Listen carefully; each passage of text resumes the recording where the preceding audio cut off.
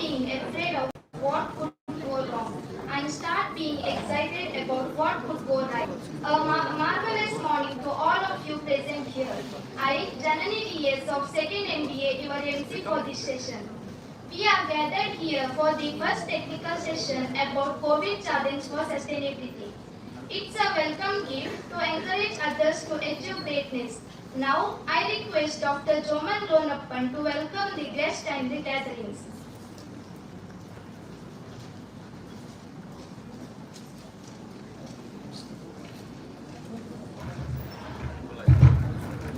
Good morning all. Welcome. All the dignitaries on the dais and off the dais. Hearty welcome to all of you. So it's a glad welcome we bring to you this morning, filled with the desires, hopes and dreams we all share. So I'd like to welcome the resource person today's technical session, Dr. Vineet Gaikwad, Head Medical Tata Power Company Limited, who has done his MBBS and Associate Fellow of Industrial Health. Welcome you, sir.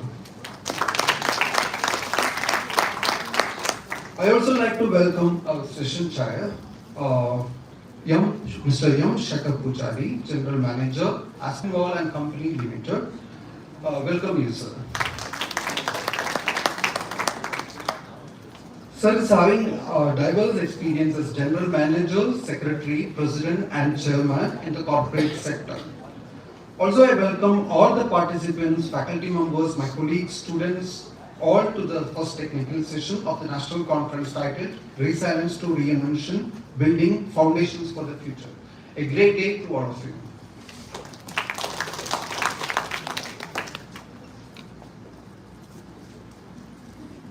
That was an enthusiastic welcome indeed. A warm welcome to you too, sir. Now, I call upon Ms. Viana to introduce today's resource person, Dr. Vineet Gaikwad.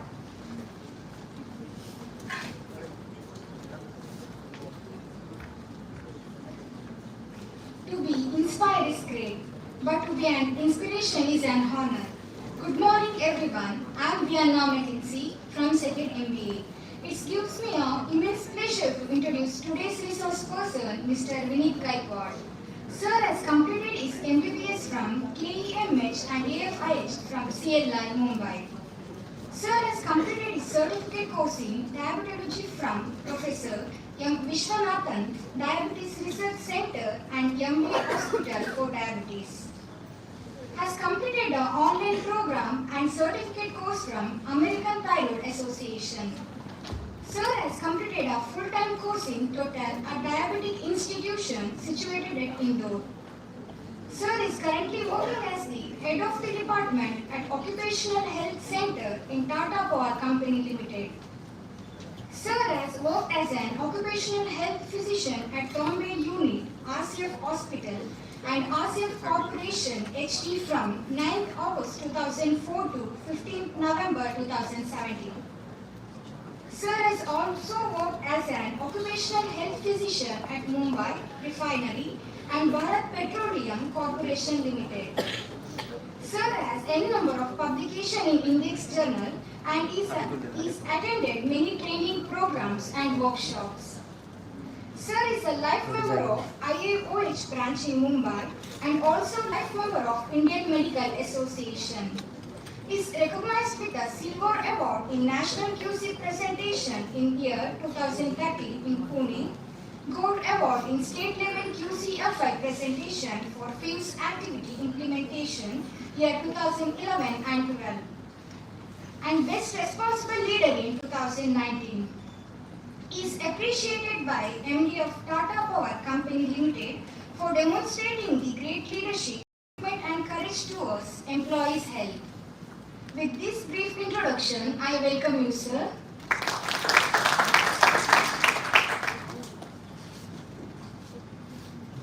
Thank you, Viana. I now call upon Ms. Jabin Taj to introduce today's session chairperson, Mr. M. Shekhar Puchari.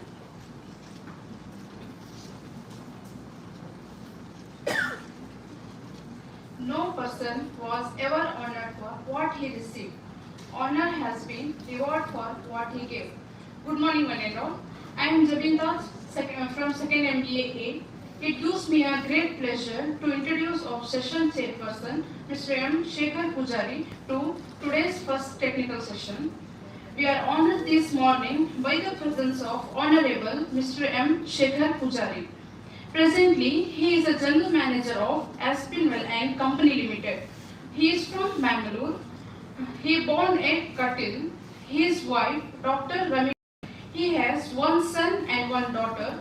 His son, Dr. Avinash Shekhar, who is psychiatrist and assistant professor of Father Muller Medical College. His daughter, Miss Akshaya Shekhar, she is a psychologist. With this brief introduction, I present before you all Mr. Shekhar Pujari. Welcome, sir.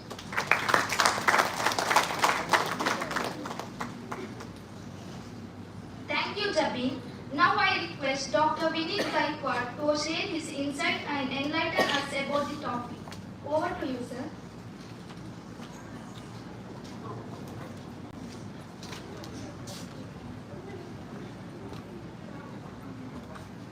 Thank you very much for this kind introduction. First of all, I'd like to thank SDM Management College for inviting me and give the opportunity to have a interaction with you. I will not call it a session because it will be interaction, and you will interact with me. So first of all, namaskara. Subodaya. So I think these are the local words we use in your primitive. I think it's Kulu language. I don't know about South Indian languages, but yesterday I learned these words to address you. As a head medical, I am an allopathy doctor and has vast experience in the industry since last 23 years. And dealing with rather curative, but more than curative, it's preventive aspect of the life to prevent the diseases amongst the employees, dependent, and stakeholders. So, what are the challenges we faced during the COVID and how we overcome one by one, and what are the managerial roles of different kind of departments who help me out to overcome this and to run the show. I am proudly saying that I am an employee of and Tata has a rich heritage and where I am working, the plant is since 1956 and delivering the invisible goodness, that is the light, to the entire South Bombay. You know that Mumbai is economical capital of India, and if something goes wrong with the lights or the electric supply, then you'll have it. Because one of the essential commodity which is there, and you should have a light round the clock. Without light, even this session will not be possible. So you can see the importance of light and how you can go. So during that phase, to produce the electricity was the essential work, and we have to cope up with our employees, stakeholders, and the environmental factor, the medical factor, the restriction, government laws, restriction, lockdown, and everything. So overall, what management did for us as an employee and the manager, plus what we have done to cope up with our employees to run the show and given the light continuously to the entire period of time during the COVID to our customer. So I will start with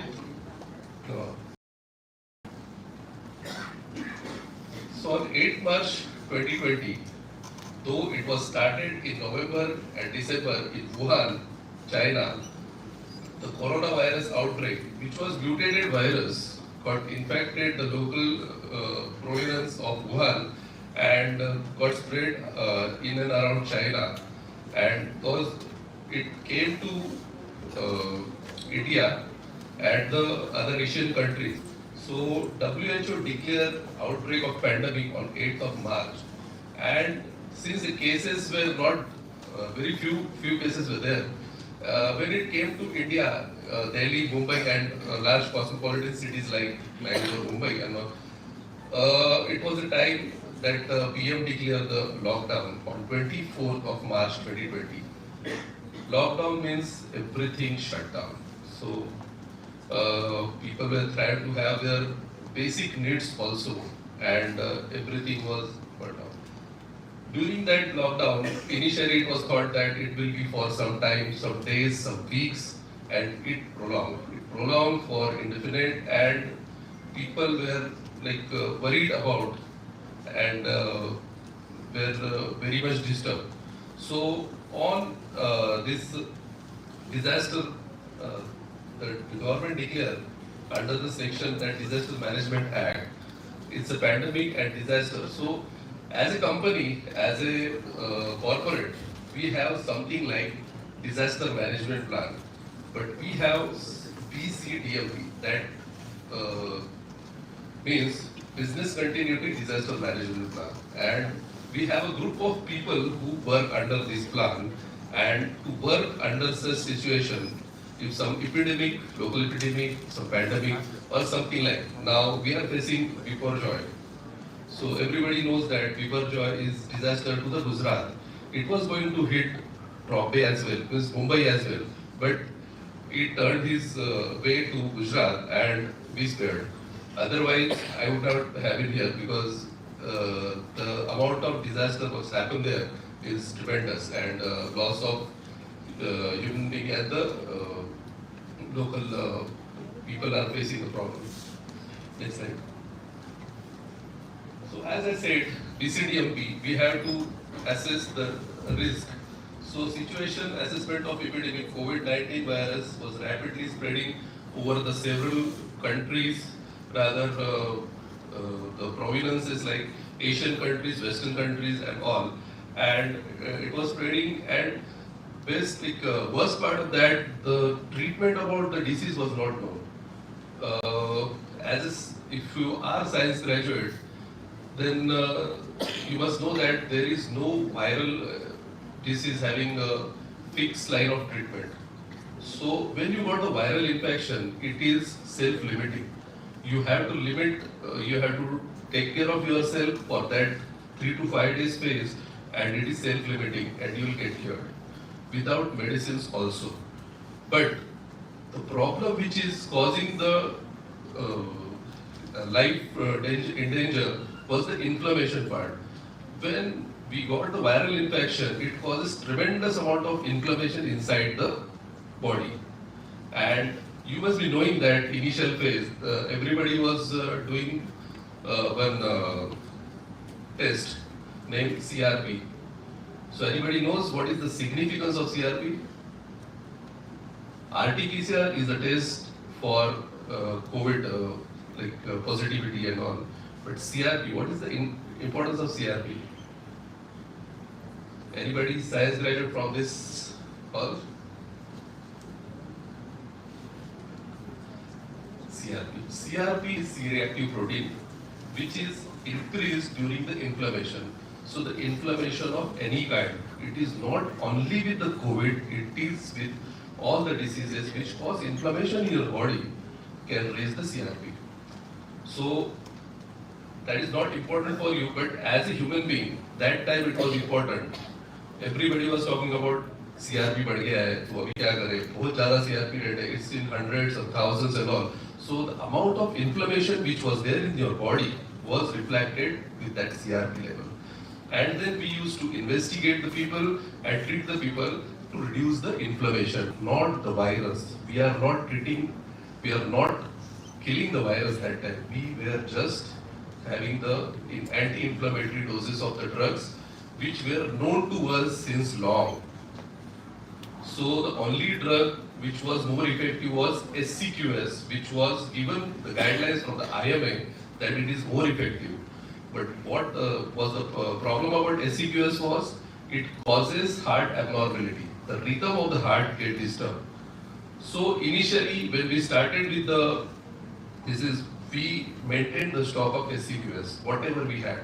Because once the lockdown was there, I was knowing that time that the drug supply will also be hampered. So whatever the drugs we had, we just stored and we wanted to use during the phase of period, whatever the number of patients we are coming to, because no fixed treatment was there and the guidelines were given by the government of India how to go about. Next slide.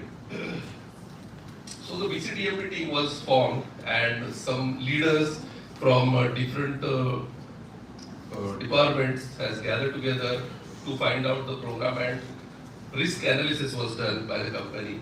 What was the risk analysis? Was that what will happen if the plant goes, unavailability of the plant for power generation? What will be happen like if the unavailability of the manpower for manning the plant? Because everybody get disturbed with this virus, physically as well as mentally. So everybody is frightened to come to the office that they may get infected. And if there is no manpower, then how can you run the company? So it's a big challenge to run the company and with the same manpower. Again, then the transportation of the employees is a big problem again. Transportation was stopped everywhere and only the public transport with some restricted people entry, like they were having some passes from the government essential services were allowed to travel. Unavailability of the contract workforce. Again, the contract workforce is the main key because lot of industry has faced the problem of the manpower and they are taken over by the contract employee. And mainly the contract employee who are there, who is working on the ground, on the shop floor, and rest of the things are all mobilized to the control room. Many of you must have visited the factories or the big processes, hazardous industries, where everything is controlled from the control room. Nobody goes to that particular place where the actual operation takes place. If something goes wrong about the maintenance part, then only the employee or the allied workforce goes there and he do that. So that was the problem. Then availability of necessary resources like spare and consumable. If something goes wrong for 3 months or 6 months together, if you don't have spares to replace that, how the machine will work? So we should have to have that spares also. Then canteen facility. Again, as previous lecture, Revant sir told that truck is the lifeline of India, and if the trucks are not moving, then how can the goods will come? And one of the good is like your this thing, groceries. Then medical facilities, sanitizers, licensing with the hospital and all, these are coming afterwards. And the communication mechanism. So there were many rumors that time. ऐसे होगा था, ऐसे होगा, and then no, you are going to be in trouble, admit ही करना पड़ेगा, and it, a number of rumors. Rumors were like, so the communication part is also, and we have to have a good communicator to the employees and the stakeholder and even our dependents, because rumors can come from anywhere and our media is like that you can get spread within fraction of seconds. Next slide.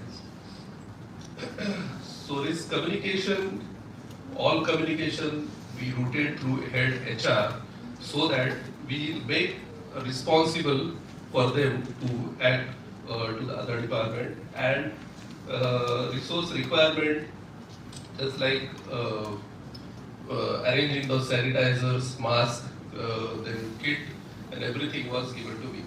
This was the time when there was no case in and around us and we were just preparing the plans to have how to cope up with the situation. Next. As I told you, availability of the spare to running the plant and then availability of primary and secondary fuel. Fuel is very important part because without fuel the plants will not run. So our fuel is coal and we are getting this coal from Indonesia. We are not using the local coal. So the coal has to come and we have to have that frequent coal supply from Indonesia. It was we have to see that it should not happen during that phase. So availability of support services like as I told you, the transportation, the food, then gas cylinders, then availability of train and competent manpower for the operation and maintenance. Next. So preventive activity, what we have done during that time, availability of hand sanitizers was make available. It was very difficult time. That time we have struggled to get that sanitizers, and the rates were very high that time. Still, we managed to get. Then use of sanitizer in the plant at the entry level. Then thermal scanning by the IR thermometers.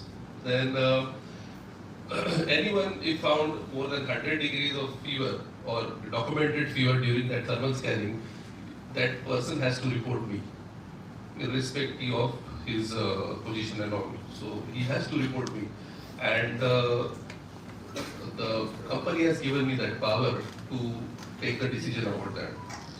Then security person should be in proper position of the hand gloves, and sanitization of the road main gate and the common touch contacts. We have to do. Next slide. So I remember in the month of April 2020, one patient with a high grade fever, sore throat, cold cough, reported our colony dispensary, and the colony dispensary doctor told him to go for the RT-PCR. And during that phase, the report used to come after 48 hours. So when he got tested, everybody was panicked because it's like, if he comes positive, then what? And things get worse. Then after 2 days, he got his report tested positive, and we were just like shaken for this. And the colony is a compact area where everybody stays together, and it's just like a society, just like a family. Everybody interact and come together for everything. But the person who got tested was in the house, and we quarantined that house with his family. But the protocol was that if anybody tested positive has to go to the Kasturba hospital, which is the infectious disease hospital in Mumbai. The Kasturba hospital in Mumbai is since very long time, about you can say 70, 75 years old hospital, and only for the infectious disease. So my challenge was that time how to transport the patient. Now, patient was my employee, he tested positive, his family got exposed to the virus, they got quarantined, and now I have to transport. So there is one free helpline, 108 ambulance in Maharashtra state. When you call them, they give the free services, irrespective of the region. I called them for around 1 hour, but I didn't got any response. So everybody was panicked, senior management, the local, even my seniors were talking to me, ki, kya karna hai, you just dispose him off to the hospital because he should not spread again. Then I requested his son that can you please take him to the Kasturba hospital, I will arrange the things. I arranged the admission and everything was there, and he went with his son. He dropped at Kasturba hospital with his family, but tragedy happened that the Kasturba people said that you though got exposed to the virus, you also get tested. Now the people, like it was the law by central government, they didn't release the family. The family was there with the Kasturba hospital for next 24 to 48 hours till the report comes. Fortunately, they were tested negative, but they came back to their house and we make them quarantine for 14 days. Initial quarantine was 14 days, and for quarantine, again, we have to provide them everything. So if he or she cannot go out of the house, then what he will or she will eat, the food part, if they don't have anything stored. And so the challenges were coming one by one. The next challenge was making them availability of that food and grocery items and all. So we took a meeting with the BCTMP team and the colony people, and we decided to have a voluntary committee that will help us to sort out this problem. And we requested one grocery shop that whenever there is order online, they will deliver the goods to the gate, and from gate somebody will drop to their house. So initially this was happened and we started to move on. Then we make this protocol that anybody tested positive with having fever, not going after the treatment also for more than 48 hours, then he has to report me and he should go for RT-PCR. There were helpline distributed, and if the case positive, we make it compulsory that the person who tested positive has to get admitted. Whether he is suffering from mild COVID, moderate or severe, they don't have any choice. CHRO of the company visited to the colony, and to my best, the security person stopped him because of having high temperature on the gate only.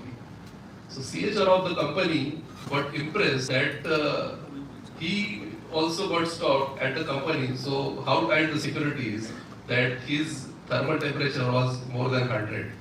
But the reason about that 100 temperature was he was traveling through the vehicle and the windows were open and it was hot sun and he got exposed. After waiting for 10 minutes, his temperature came down. So it was not fever, it was just body temperature raised. And then he appreciated me for having such a good security without asking him whether he's a company CHR or the security make him stop and make him waited till I advise him to sit inside. So they get assured about the safety of the people who are staying in the colony. Okay, so the next challenge was transportation, which I requested to his son. Now I have to make the arrangement. If somebody else got positive, then what can we do? Then CHRO with the senior management team asked me what is to be done for this. We have made the committee form and people are working for giving the goods and everything, but about transportation, nobody was willing to go by their vehicle or even with the ambulance. Nobody was ready. The drivers used to run after 1 or 2 days duty because they got frightened. मुझे हो गया तो मैं क्या करूँगा? Because I am not that kind of. I am just a labor and nobody will help me if something goes wrong. One PO and one ambulance was without my permission. The ambulance will not leave the colony or to anywhere else. Once the ambulance was with me, it was very easy. If we compare with the other industries and PSU like HPCL, PPCL, RCL, Indian Oil, these are the nearby companies, and they have Maharatna companies. They have everything in their hand, but there's this kind of facility they are not having. That having ambulance for COVID dedicated patient transportation, and what I had, and this resolved all my problem because the initiation of the treatment and transportation of the patient was easy to me. Whenever I get tested positive case and confirmed admission in the hospital, I was not waited for vehicle to come. I already have ambulance. Next. So we prepared some quarantine guidelines with the help of our CMO that time, Dr. Chakravarti, and we made some room for the asymptomatic carrier of the family so that they can stay apart from their other family member if they are suffering from comorbid condition like diabetes, hypertension, and if they are old age. So all the asymptomatic cases stays in that quarantine home facility, and they should. Now we started sanitization at the entry gate. Entry gate, every person who is entering the office has to get sanitized, whether it's coming from two-wheeler, four-wheeler, or from the bus. He has to get sanitized, and then next. Thermal monitoring. Thermal scanning, we were having IR guns or thermometers, and we used to scan these employees through IR guns. And if the temperature is more than 100, that employee has to. If the temperature is more than 100, that employee has to wait it outside area, and I personally had to go there and examine him and justify whether he is suffering from the fever or not. If he is suffering from fever, then he has to go back home and get tested and report the result to me. So that's trick we have made. Next.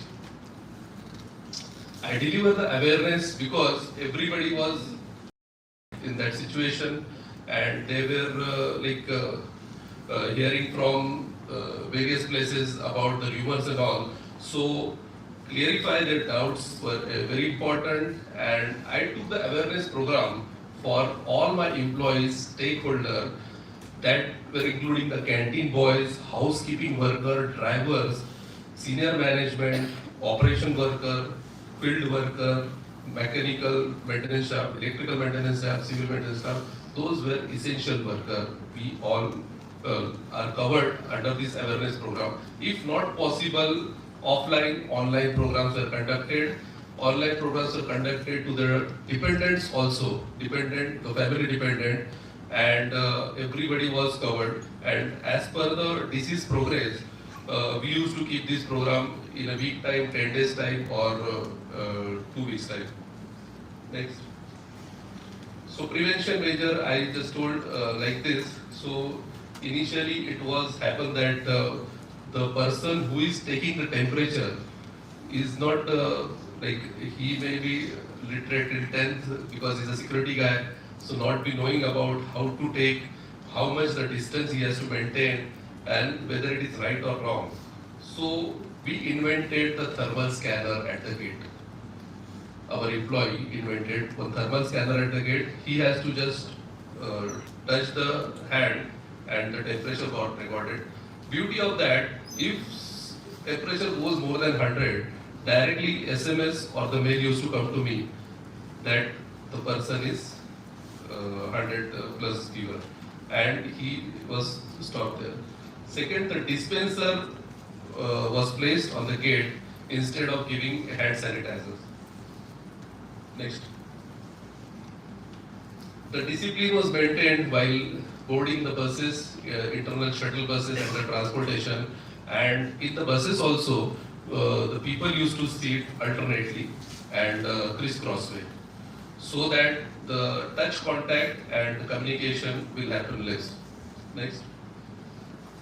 So the same process I carried out at Bombay Colony also. Those colonies are again under me.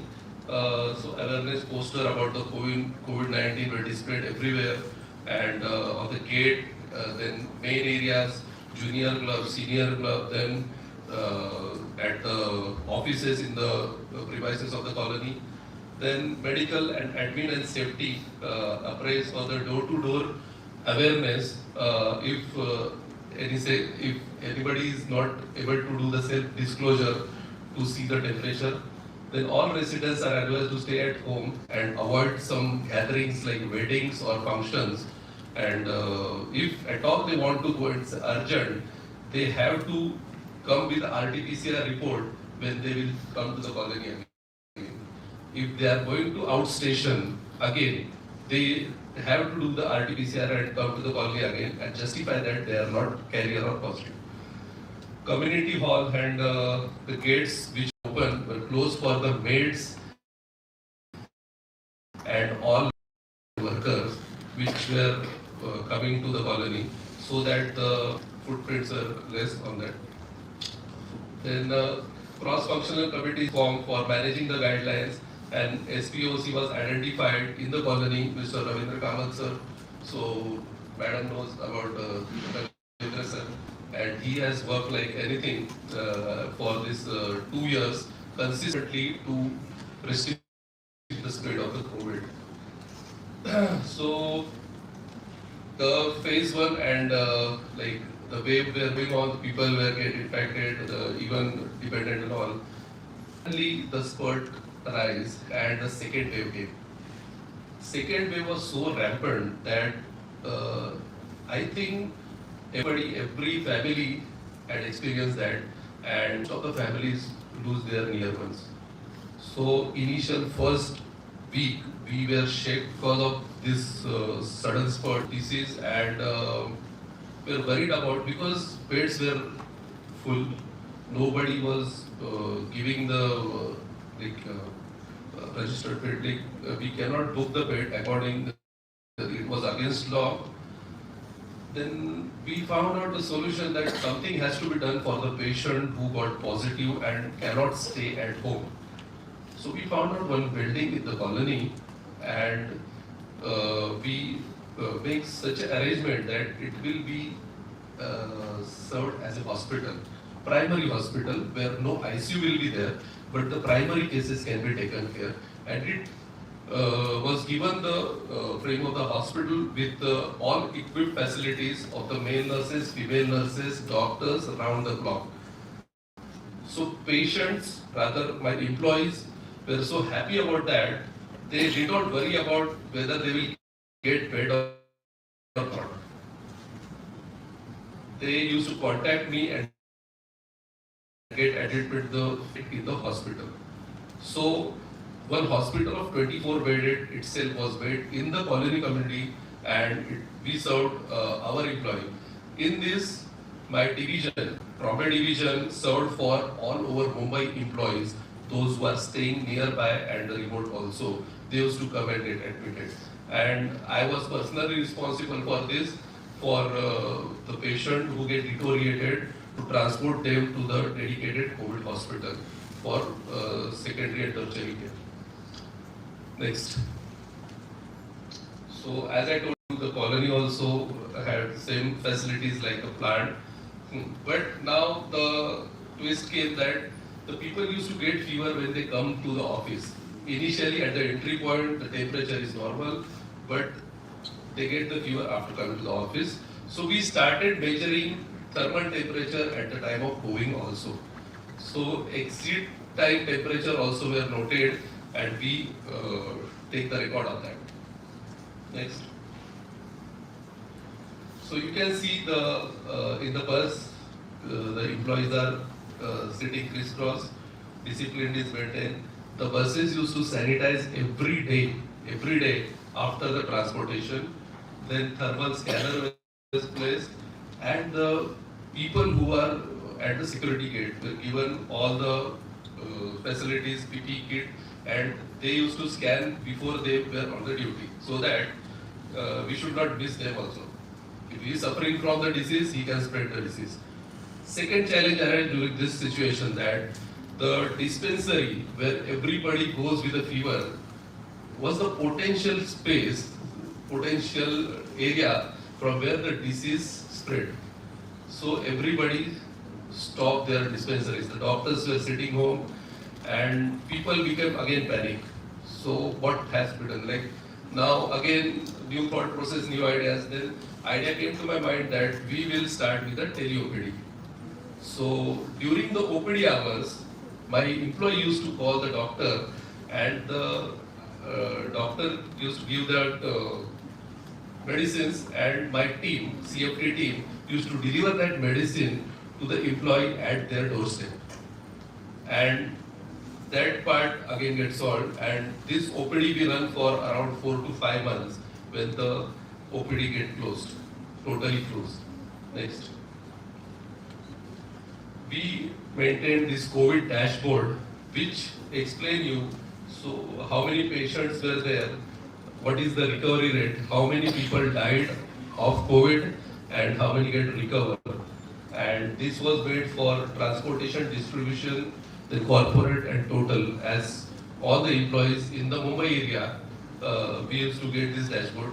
This dashboard has to be updated every day, and we used to send this dashboard to the senior management to know to get the idea about how many patients are hospitalized, how many are in serious, and how many needs the personal help, one-to-one help in this scenario. If the patient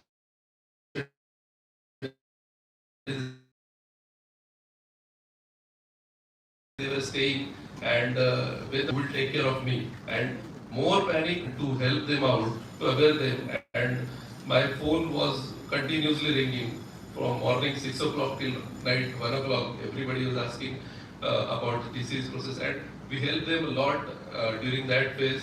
with the personal attention, and as I told you, the COVID isolation home, we admitted to their home.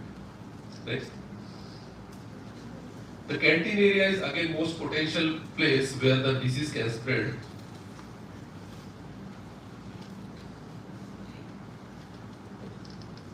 Disease can spread, and we make the arrangement that the sitting on one table, 4 people used to sit. We make it 2 people only in the sitting, and that's what we can change that. Next. The new initiative were taken during in the hospital area, in the canteen. We made one screen so that interaction will be less with the canteen boys. And in the control room, we put a screen between the 2 employees so that they cannot crisscross each other. And you must know that when you put the mask, the people who are having specs get the fogging. So we remove that and we give the safety helmet with the fog protector so that they can work efficiently. Next. The COVID-19 dashboard was maintained in the isolation facility of Proper Colony, which I told you, 24-bedded hospital. Next. Then the year of vaccination start. So I was dealing with so many COVID cases. So family is my first priority, and I am the first person to get inoculated for COVID vaccination. Then I initiated this process to my family.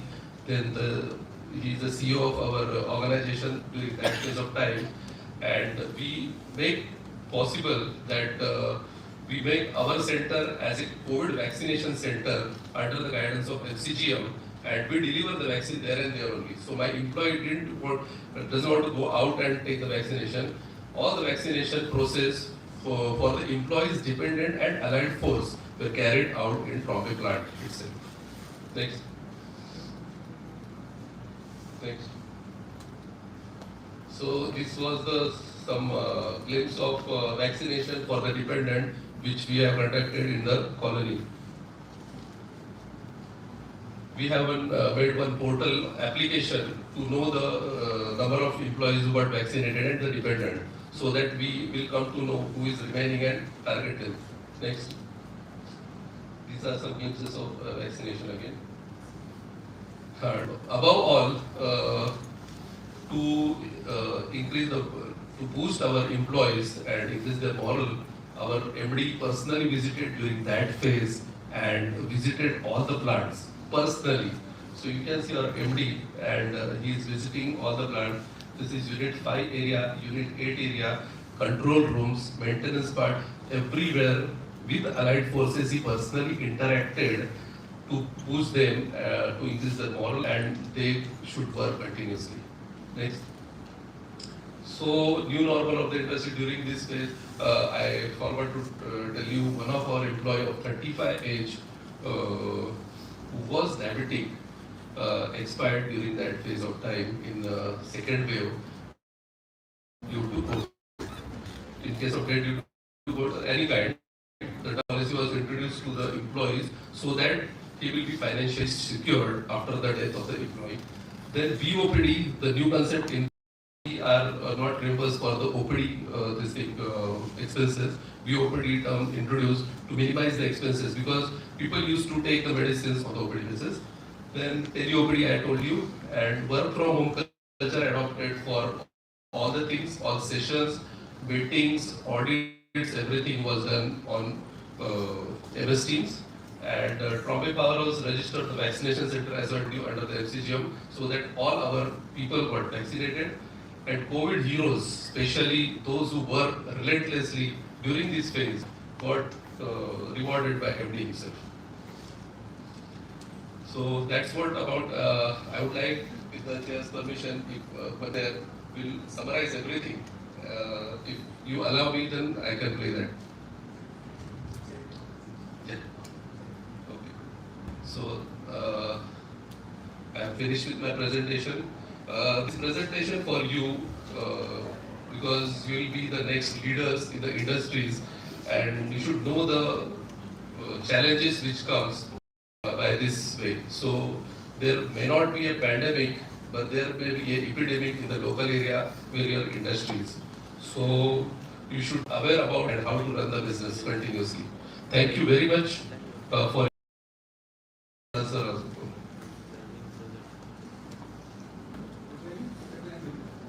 Okay, no problem.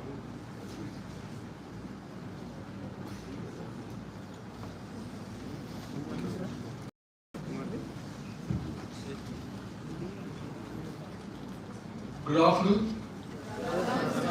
Very charming and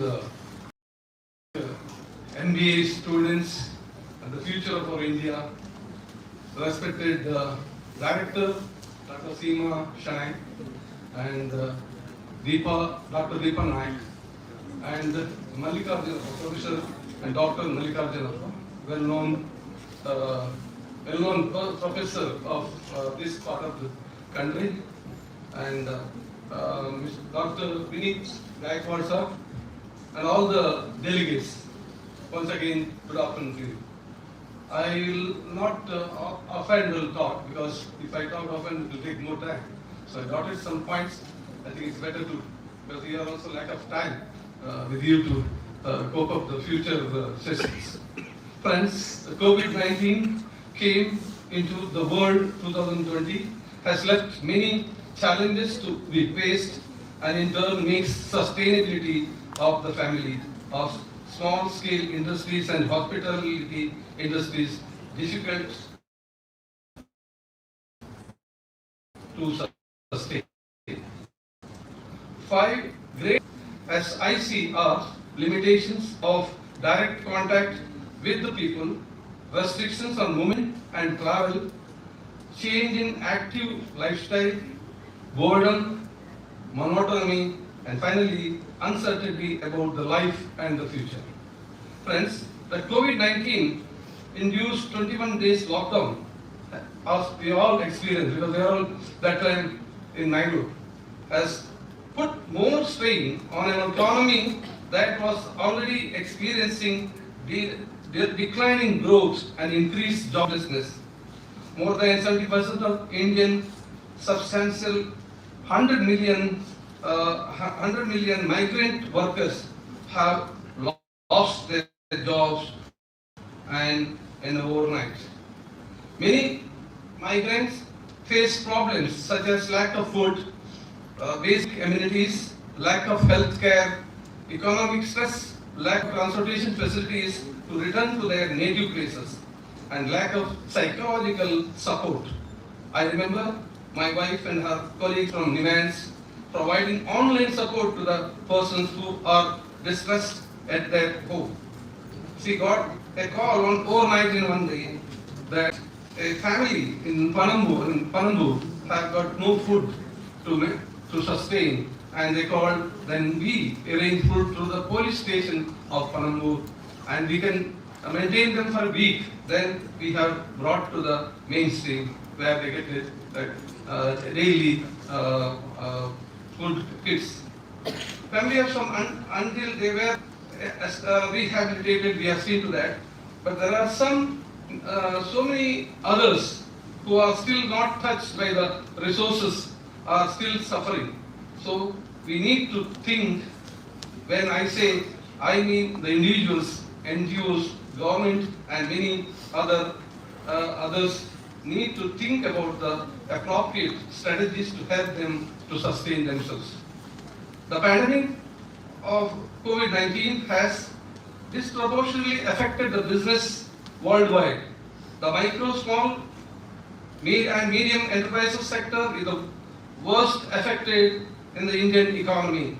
The situation was more worse for the handicraft and small industries. In fact, small hotel owners and wood have suffered a loss. They lost the business. They have taken the loan from the bank and they could not read private loans. Some people have attempted suicide. Some people went back to their native place, but there is no support they got. So everyone suffered because it is COVID-19. The handicrafts were already incapable of matching the industrial units which were highly organized sector, able to sell their products at cheaper prices with the current pandemic and lower disposable income in the hands of the consumers. The sector is witnessing the downfall, and this is a very sad state of affairs. Friends, the tourism is another sector that has faced burden of COVID. Scale travel bans and safety concerns were put in place after the COVID, but again, my relationship with the people in the area shows they are facing a loss of much revenue. So, how do we face these challenges? We need to debate on some immediate measures of public distribution system and strengthening the public health systems, integration of migrants with the development, decentralization as a strategy to provide health services and providing support to retain migrants to reintegrate them and also strengthen the database on migration and migrant households. How do we again the individuals and youth and government come together and help people in sustain themselves? And our economy is something we really need to think and implement. I am not a medical doctorate or a medical doctor holder, but I just shared some of the insights I had with the people who I know, and I have just shared it, and I am sure the learned speaker, Dr. Vinith Gaikwad, has on the COVID-19 and its effects. Friends, and on practical note, I being the general manager for shipping in Mangalore, I am put up already 48 years of service in this field. I am senior than Dr. Mallikarjuna. So I know what had happened in the COVID-19. When it is announced in March 20th, 2020, totally blocked everywhere. No vehicles are moving. Pin drop silence we could see. And the share markets has come down. People are unrest. We don't know what is happening. Whether we are living or our generation is wiped out. We are thinking that way. That point of time, we had ships in the port and no workers. Luckily, the DC of the Mangalore, he gave us permission as essential workers. So I could manage with my car and go all the places, assemble the laborers. I had 600 laborers with me in the godowns as a railway loading site. But no trucks are coming to Mangalore, and no trucks are coming to the godowns to take the cargo to the respective destinations. So we struggled a lot. Then we could contact the railways and move the cargo through railway wagons. We are the first port from Mangalore to various destinations dispatch the fertilizers. They are all throughout India. People are worried about COVID-19. They were inside. But we could start the movement of cargoes dispatches wherein it has given inspiration to other ports to start the same. That's why we have struggled a lot, but we have overcome. I tell you, because of this, our initiative, we could get 4 crores profit in a year because of the COVID-19. Everybody lost, we earned 4 crores more profit of this COVID-19. And of course, everybody suffered, the staff, and we could not get proper staff, but we could manage the thing, overcoming all this crisis of COVID-19. This is a big lesson to all of us. How the COVID-19, such any calamity comes, how to cope up. This is a big lesson. So please remember this and go ahead in your future postings and future business. And God bless you all. Thank you, one and all.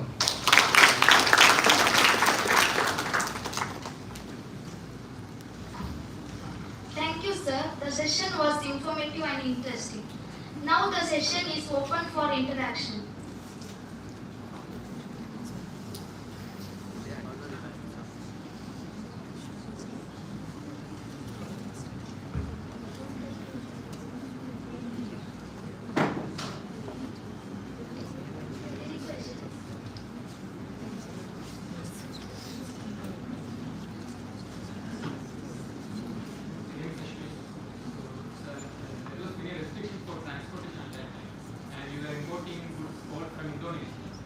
transportation restriction is that transportation was not there because of the essential services.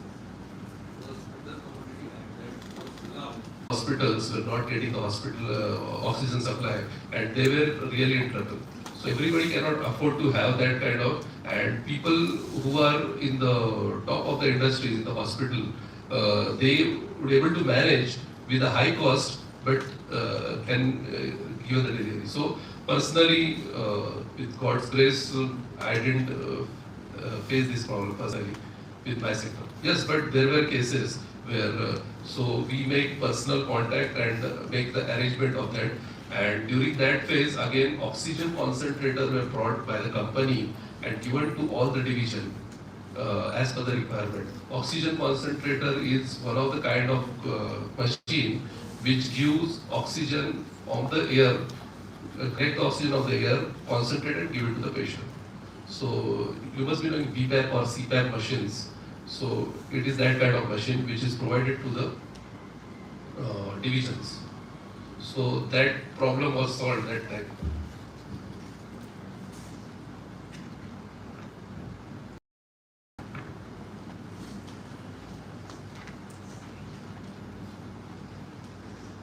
So now we come to the end of the session.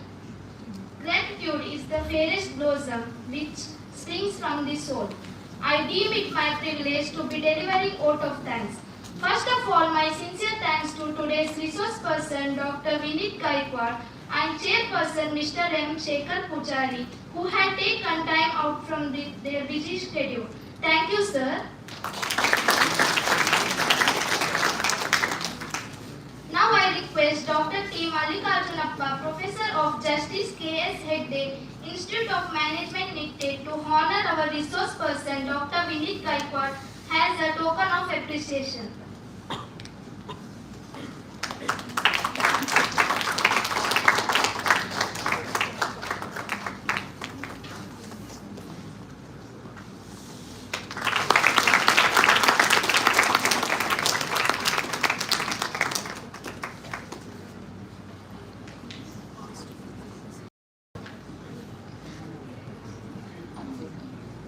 Now I request Faculty Coordinator Joman Ronappan to honor our chairperson, Mr. M. Shekhar Pujari, as a token of gratitude.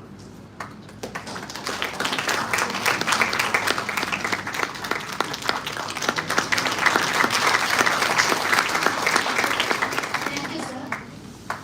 I thank our beloved dynamic director, Dr. Seema S. Shenoy, ma'am, who has been guiding us for all of the programs. Thank you, ma'am. I thank Dr. Jovan Ronappan, Faculty Coordinator of this session. Thank you, sir. And also I thank all the delegates for their active participation. Thank you. Last but not the least, my heartfelt thanks to all teaching and non-teaching staffs of SDM MBA and all my dear SDMites who played active role in this session. Thank you one and all. Have a nice day.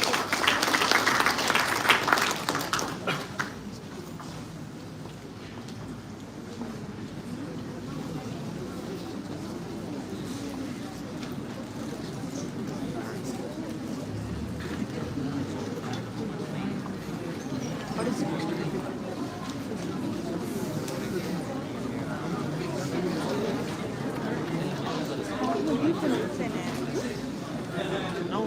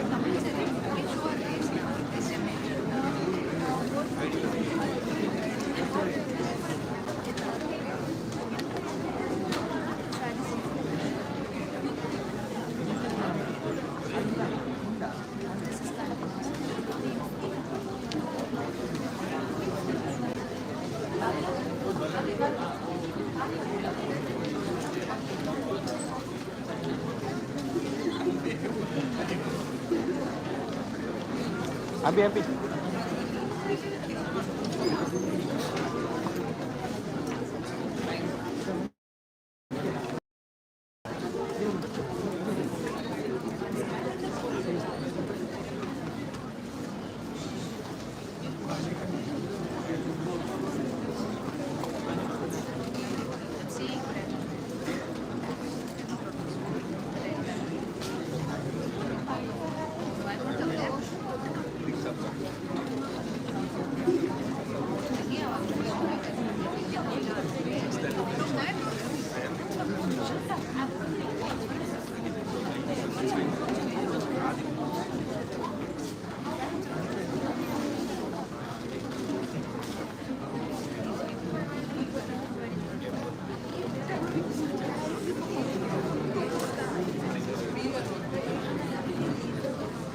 afternoon, students.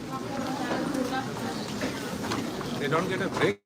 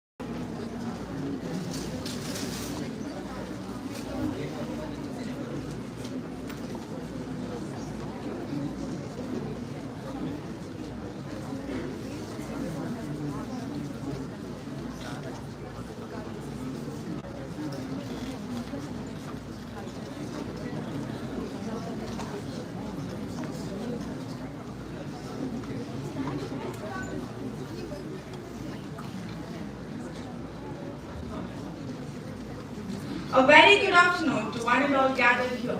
We have come to the second technical session, and now I request Mr. Dr. Sir to kindly escort the dignitaries on the dais.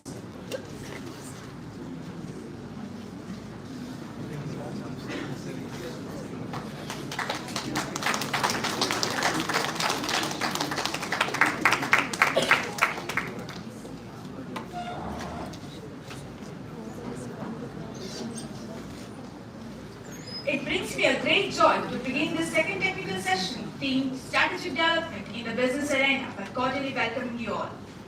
For this technical session, we are indeed proud to have a very esteemed personality, Dr. Vinay Singh Chauhan, Associate Professor, Finance and Accounting, Indian Institute of Management, Lucknow. I welcome you, sir.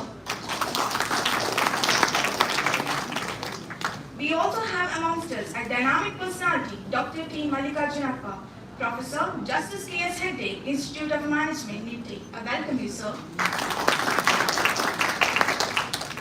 Now I call upon Dr. Sir, Assistant Professor, SDMPGCENTRE, and in charge to welcome the gathering. A very good afternoon to one and all gathered here.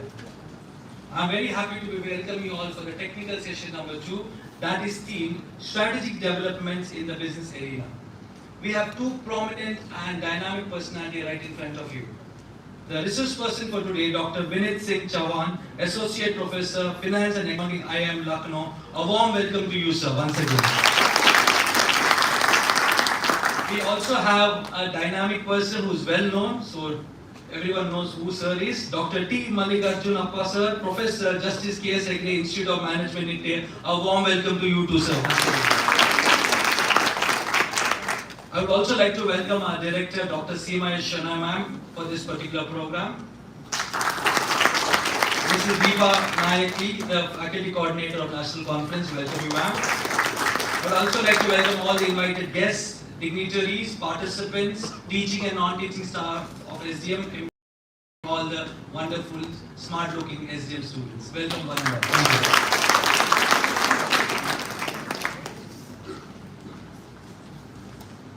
Thank you. Thank you, sir. It gives me an immense pleasure to introduce today's resource person, Dr. Vinay Singh Chauhan. Sir is a highly accomplished senior technology finance executive with extensive experience in financial management, planning, and organization change management. Currently, he is serving as an associate professor at the prestigious Indian Institute of Management, Lucknow. With a strong academic background, Sir holds a PhD in Finance from the Indian Institute of Management, further complemented by an MBA in Finance from the Indian Institute of Management, Lucknow. His educational journey equipped him with a deep understanding of financial principles and strategies, providing a solid foundation for his subsequent professional accomplishments. Sir has accumulated over 30 years of experience in senior leadership roles. Notable positions include Head of Technology, Business Management and Strategic Project at Standard Chartered Bank and Chief Financial Officer for Technology Operations Institution. Sir is specialized in financial management, particularly for technology as well as planning and organization change management. Sir has successfully managed multinational finance teams and led global multifunctional projects in finance, technology, data, risk and compliance. With these few words, I once again welcome you, sir. Now I request Mr. Dom Prakash, sir, faculty in charge, to give away a memento to Dr. Vineet Singh Chauhan.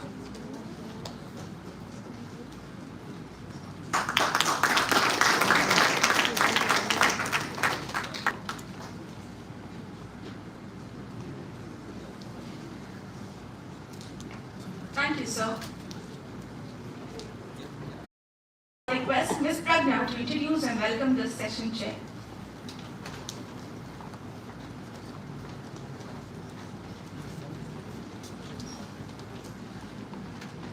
Dr. T. Mallikarjunappa is a professor at Justice K.S. Hegde Institute of Management, NITI. He is a renowned professor and chairman specializing in finance and accounting. His impressive qualifications include an MBA, ACMA and a PhD, showcasing his expertise in financial management and related fields. Dr. Mallikarjunappa's specialization lies in finance and accounting with a focus on topics such as financial management, security analysis and portfolio theory, derivatives and capital structure. His research interests encompass various aspects of finance, including efficient market hypothesis, mergers and acquisitions, investment analysis and market microstructure. He was recognized for his exceptional contributions. Dr. Mallikarjunappa has received several accolades, including the title of Fellow of AIMS International, Houston, USA. He has also been honored as Outstanding Management Teacher and Researcher by AIMS International. Furthermore, he has received prestigious awards for his teaching excellence in financial management from Devang Mehta Business School and Mangalore University. Dr. Mallikarjunappa has an impressive publication record, having authored 115 research papers. He has also presented 250 papers in national and international conferences, showcasing his active involvement in disseminating knowledge and sharing insights with the academic community. With their commitment to nurturing young scholars, Dr. Mallikarjunappa supervised the completion of PhD candidates. He has guided many PhD candidates and has mentored MPhil candidates, demonstrating his dedication to supporting and shaping the research endeavors of aspiring scholars. Dr. Mallikarjunappa is an associate member of the Institute of Cost Accountants of India, Kolkata, highlighting his professional affiliation with esteemed accounting institutions. He is also a member of the Indian Society for Technical Education, New Delhi, emphasizing his involvement in promoting technical education. As a fellow of AIM International, Houston, USA, he enjoys a global network and exposure to international best practices. With these few words, once again I would like to welcome you, sir. Now I request Mrs. Shiny Naveen to give us a memento.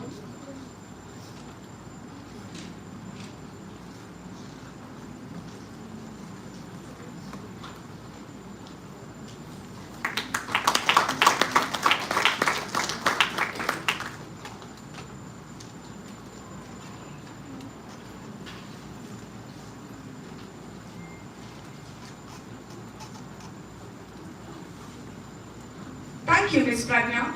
This is the time we all were waiting. I kindly request Dr. Mallikarjunappa, sir, the session chair, to kindly take over.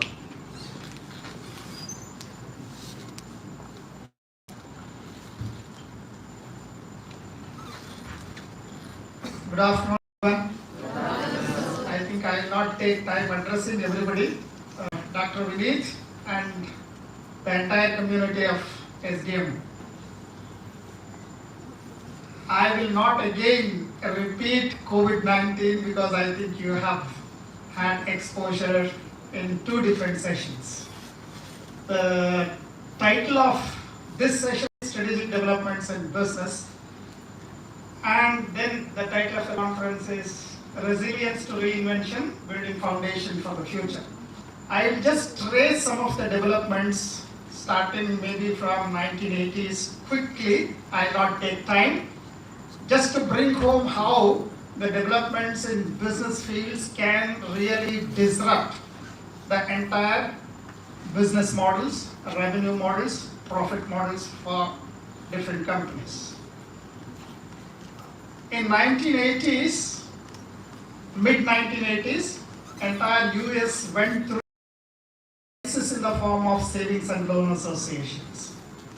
1990s, late 1990s saw the mecca of accounting world experiencing almost an unprecedented crisis in terms of the accounting scandals. In 2001, we had dot-com bubble. Then 2007, starting from 2007, we had global financial crisis. Then we had our own share in terms of demonetization coming in the month of November 2016, and in 2020 we had nationwide lockdown. And when did the nationwide lockdown come? Nationwide lockdown came at a time when the entire nation had just 5 cases. And what is the total number of cases that we have now? I don't know, the count is in thousands, but then people have got used to this. Now the disruptions have happened at different areas.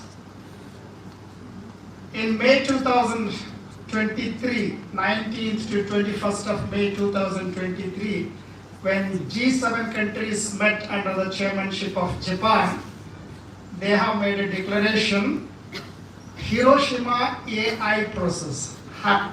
It is codenamed as HAP, Hiroshima as a AI process. I am sure the youngsters know what AI, and if not AI, you are all familiar with ChatGPT, right? So people are talking about the disruptions, and it is already happening in terms of the cutting down of the number of employees. This has happened when computers were being introduced. I think the resistance came from the banking sector first, and then wherever there were repeated jobs, these resistance came. And the type of technologies that we have been seeing over a period of time have disrupted certain sectors of the economy, have also given a lot of impetus to certain sectors of the economy. At least in my reading, I have not really seen that type of, the spread of this type of a pandemic in the history. We did have pandemics. It is not that for the first time the world experienced the pandemic, but the pandemic of this nature, which did not spare even a single geography in the entire world, I have at least not read. There was no country in the world which was not affected by this. The lockdowns, unprecedented lockdowns. So if you see the transport sector, and specifically if you look at the airline sector, just imagine if somebody is owning an airline and then suddenly the entire world stops traveling. Now you have the other modes of transport, same thing happened. And if any businesses have to survive in these types of crises, in different phases that I have just made a mention, it requires an amount of maturity. Anybody who is not matured enough can panic. But the people and then the businesses which have attained a level of maturity, that these are transition phases, and they would be able to overcome these types of problems. And history has taught us global financial crisis, if not for the rescue packages by the US Federal Reserve, you won't really see the Detroit world-class automobile companies surviving today. You won't see Citibank existing in the form of Citibank today. So the resilience comes from the experience of the people, maturity of the people, the agility with which the organizations handle the type of crisis they go through. And these crises, I think in the morning Umesh Revankar was making a mention that if you read the history, you have the cycles, but the cycles do not exist today because it can come at any point of time. It can come in the form of a policy from the government. Classic example is the demonetization.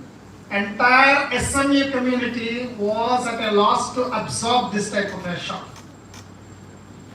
And it could also come in the form of the most recent things that are happening starting from February 2022.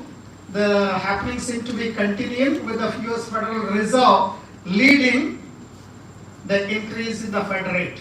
The world central banks followed. And what is the consequence of this? The banks like SVB collapsed on an overnight basis. Now, what we teach in France as the most safe investment, like your government securities, RF, the example that we give is retail securities, government securities. But it is the same government securities which brought down SVB. Now, how did it happen? US Federal Reserve and central bank policies. Now, these disruptions can come from the legislations of the government, can come from central bank actions, can come from pandemics like what we have seen in the recent time, can come from a financial contagion that we saw in the year 2007, and a limited contagion that US experienced in the year 1980s. And in 2008, one more development happened, and because of the level of maturity that was exhibited by this bank, we were able to overcome the crisis. But for the level of maturity, I'm sure even many of the banks in India would have also collapsed. Example that I am citing is the ICICI Bank. In the year 2008, there was a literal run on the ATMs of ICICI Bank. The run started from Ahmedabad and it spread to the entire nation. Depositors queued up in all the ATMs and then queued up before the branches. And the level of maturity that CEO of this bank, K. Kamath, exhibited at that time literally saved not just ICICI Bank, but the entire financial sector of this country. Let me tell you, today, if every depositor queues up before a bank, no bank would be able to reimburse the deposit. They will not be able to, because what have they done with the deposits? They have lent them. So what did K.V. Kamath do? He did do a lot of background work, but he came and made an announcement. Announcement is, I will keep all the branches in the entire country open for 24 hours a day. I will remove all the limits for withdrawal, and the ATMs would be open for 24 hours a day, branches would be open for 24 hours a day, no limits, you can withdraw any amount that you have deposited. What happened? People simply said, we don't want our deposits back. The same people who are queuing up, that was a crisis of confidence just when they queued up before the bank. How did they manage? Because of the level of maturity that this organization led by K.V. Kamath exhibited. Therefore, so the developments can happen and then they can come from different perspectives, and it can come from the technology that we have seen, maybe from AI, and people are fearing that this AI can really disrupt the businesses. We have to go forward and see how it's going to disrupt. Something is already happening. But only satisfaction from my own experience is I had just put one question for this because there is a question if you want to ask ChatGPT, you can ask this. I had just put a question, the immediate reply, I am not trained to answer this type of a question, therefore you get back to the person who has given this question. Let's say who has given this site to you. So that means ChatGPT on its own doesn't think. Right now that is the case. On its own doesn't think. You have the learning taking place, and that is through machine learning. Now one of the biggest problems which I expect is likely to happen with this ChatGPT and AI and machine learning is we have IPRs, right? When I violate, when I copy something and then say that this is my writing, I can be sued. What is ChatGPT doing now? It is not writing on its own, right? You ask for a write-up for a synopsis of a PhD thesis and then it gives. Where is it giving? It is taking from different field. So there is a copyright violation, there is an IPR violation, there are many violations. So going forward, we don't know. Unknowingly, if some of you use and then somebody in the US sues a student in SDM, you will not be surprised that you can be sued for millions of dollars. Just yesterday, Twitter has been sued for $250 million. So these developments that are taking place in the business arena are going to disrupt many of the revenue models, cost models, and then the profit models. I'm sure Dr. Vineet is going to highlight on many of these things. This is a very, very vast area and we may not be able to cover everything. But I'm sure as the young minds read in this area, you'll be able to come out with your own innovative ideas of how an organization can become resilient towards various reinventions that are taking place, disruptions that are taking place. Even the society can cause disruptions. I'll just say one, this is my personal opinion, don't quote me elsewhere, but the disruption can come in this form also. New government has taken over in Karnataka. Everything is free, right? If you want to travel, all the girls can travel free of cost. 10 kgs rice, 200 units of power, and 3,000 rupees for women. 2,000. Okay. Unemployed youth 3,000, 2,000 for women. Now I am only anticipating what is going to happen to the economy of the country because my problem is this is a contagion and disease. Other states which are going for election are going to follow suit because this is going to catch. Fine? So unless this type of a contagion is stopped, the businesses would be affected to a very great extent because Sri Lanka is in dire consequence now. India went through that type of a crisis in 1990, 91, 92. Pakistan is in that type of a crisis. So you might think that that's a political crisis, but understand the implications of that are for the business. So these developments, I am sure, will have implications. Although political parties will say that this is my manifesto, these manifestos are going to manifest in terms of the default by the sovereign governments, and these things have happened in the Latin American continent. Latin American countries, these things have happened. And if this contagion spreads, I will not be surprised in another 5 years, Government of India is going to be in that type of a dire consequence, and the business models will be affected for many, many countries. So with this very short introduction, I request Dr. Vineet to take over. Thank you.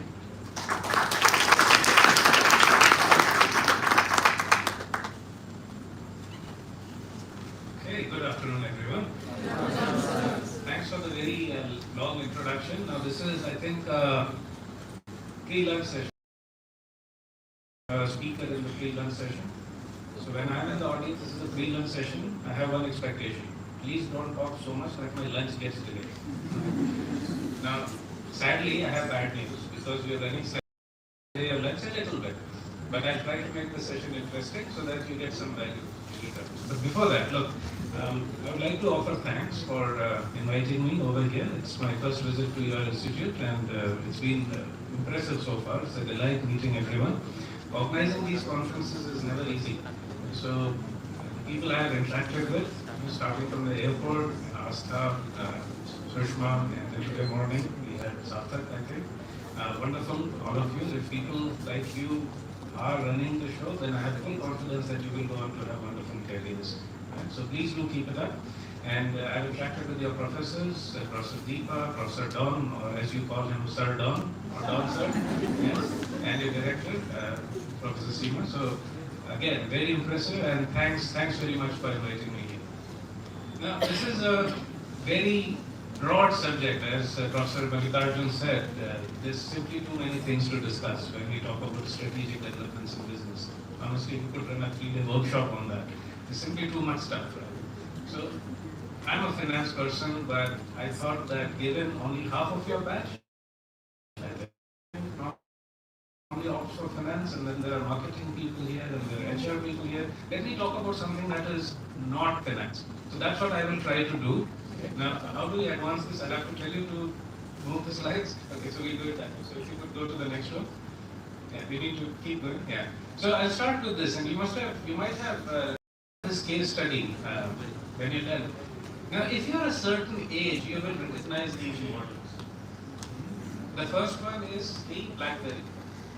Now, if you were a corporate executive in 2005, 2006, the BlackBerry, the BlackBerry was the top thing. If you had a BlackBerry, that means you are powerful, you are accomplished. It's like your iPhone super after. Absolutely. The BlackBerry was the thing to have. And it was a very nice thing. You had a stylus, you can see there are icons there, you have a keyboard. And BlackBerry at that time had 70% market share of the smartphone market. 70%.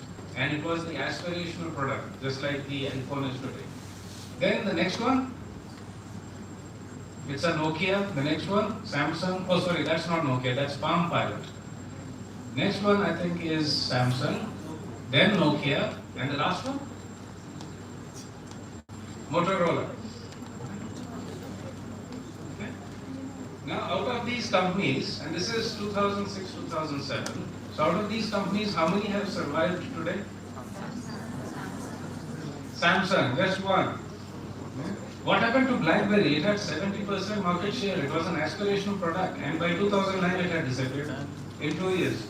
So today the subject is resilience, reinvention, building foundations for the future, right?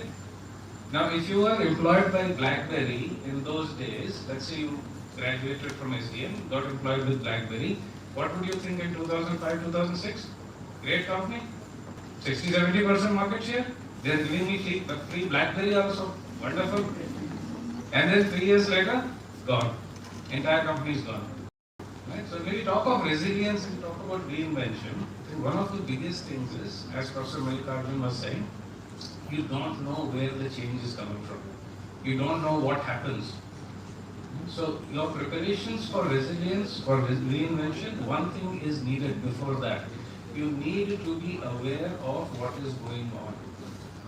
Now you are all students, you are going to enter the corporate world, and sometimes what happens? It happens to all of us. We focus too much on only our narrow subject. What is my next job going to be? What is my salary at graduation?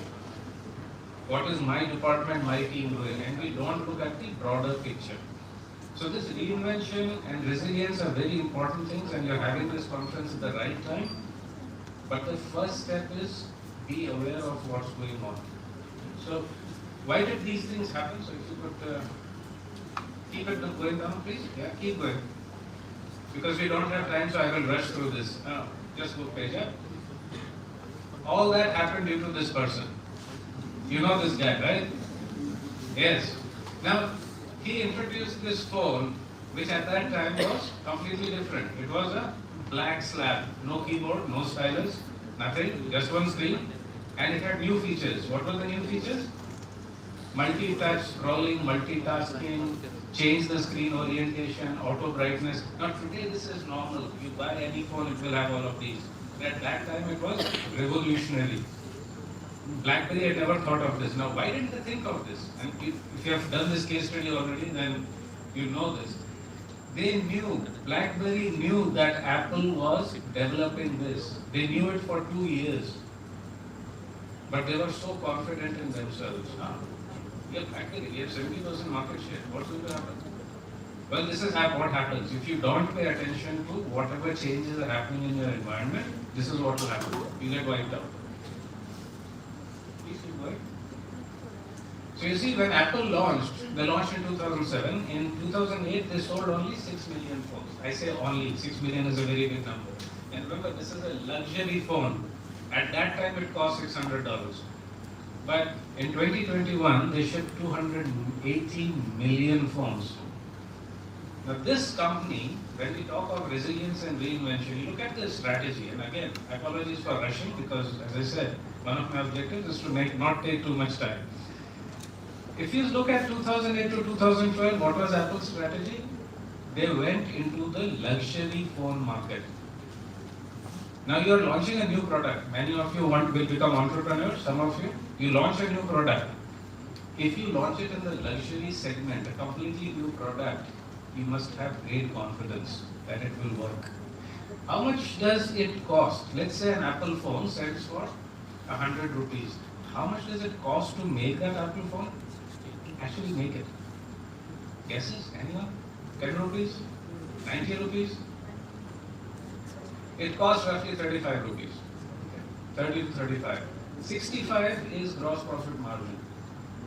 So Apple actually takes a decision saying we want to launch in the luxury market. They could have launched it for 35 rupees. Cost is 35, I launch at 40. I capture market share. Many firms today try to do that. Many entrepreneurial firms are running at losses because they want to capture market share. These guys did the opposite. We want to launch at the high end so that it becomes an aspirational product. For 2008 to 2012, they did that. Then they saw that other companies, including Samsung, were trying now to reinvent and get into the luxury phone market. So they said, fine, in that case, we will move it to a more mass market audience. That's when you found so many Apple phones being launched. And I've forgotten how many there were. 3, 4, 5, 6, 6s, 6s, blah, blah, blah. Let it become more mass market. Then they found that the Koreans, the Chinese were attacking the mass market, so now they're moving back to the luxury ones. And this company is an example of resilience and reinvention. They don't wait for. They look out as what is changing and they act in advance. And that is my advice to everyone when we talk about resilience and reinvention. Even you, as students, you have to be aware of what's going on in the broad world. Your careers are, after you graduate, you're going to spend 35, 40 years in the industry. And Professor Mallikarjun mentioned in his address some of the things that are happening now. So you need to keep an eye out for those. If you want to become successful managers, etc., one of the things you have to start with is check. And that's why conferences like this or whatever, they are a little boring, but it's important to sit and hear other people because that's where you come to know what's going on in the world. Some new ideas come to your mind and you can prepare yourself to deal with it. You can go next week. Yeah, so as another famous person said, we always overestimate the change that will occur in the next 2 years. If you say in the next 2 years what's going to happen, everyone will give great predictions. Oh yeah, we will do this, we will do that and so on. Underestimate the change that will happen in the next 10 years. In the medium term, things change too much. If you go back 10 years, many of the developments you're seeing today, you would never have thought of them.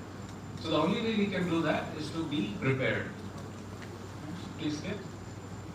Yeah. So if you can just skip till we get to the end. Now, I have a list of about 15 key changes that are occurring today. Don't worry, I'm not going to talk about all of them. So I just want to talk about a few things, and I will pick up detail. The few things that you notice, the first one is the end of cheap money. So what do I mean by end of cheap money?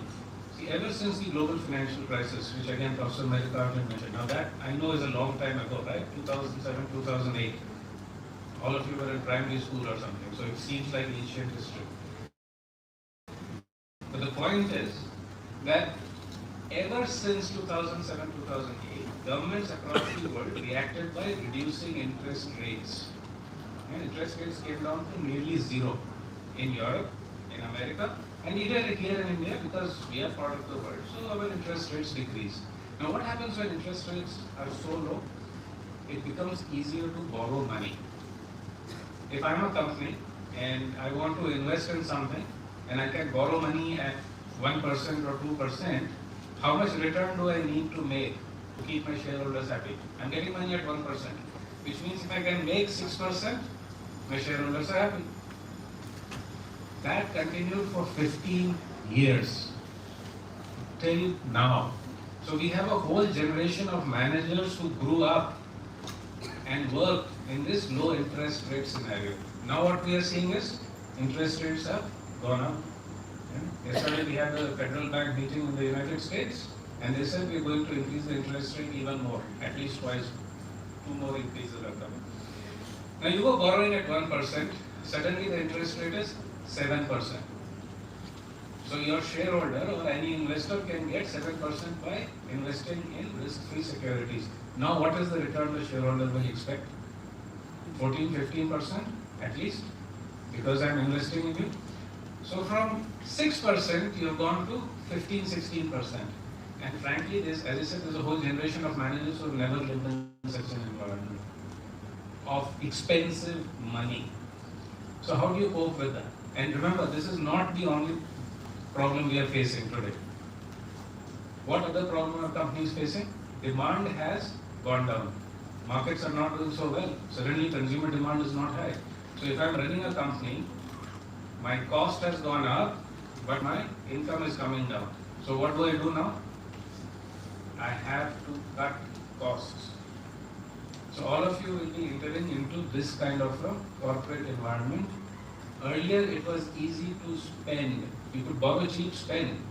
Now you guys are going to go into corporates where it is not easy for them to borrow. And they are looking for managers who can do things efficiently. That means cut costs.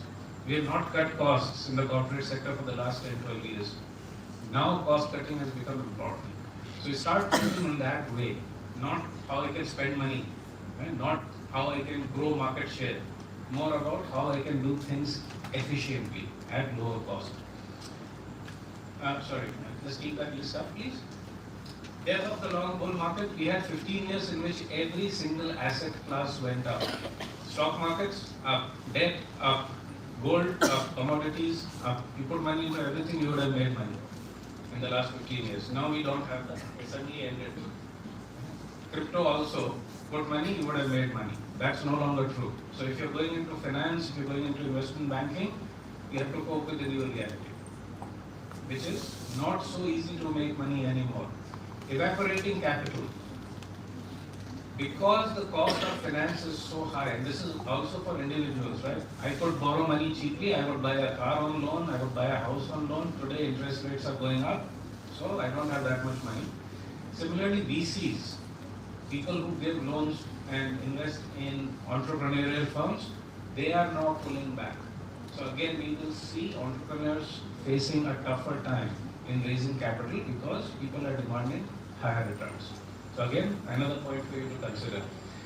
Which brings me to the fourth point, value versus growth investing.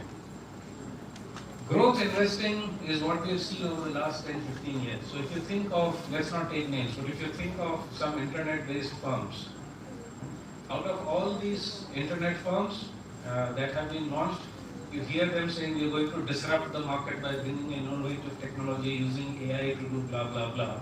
But what is the story? How many of them actually make a profit?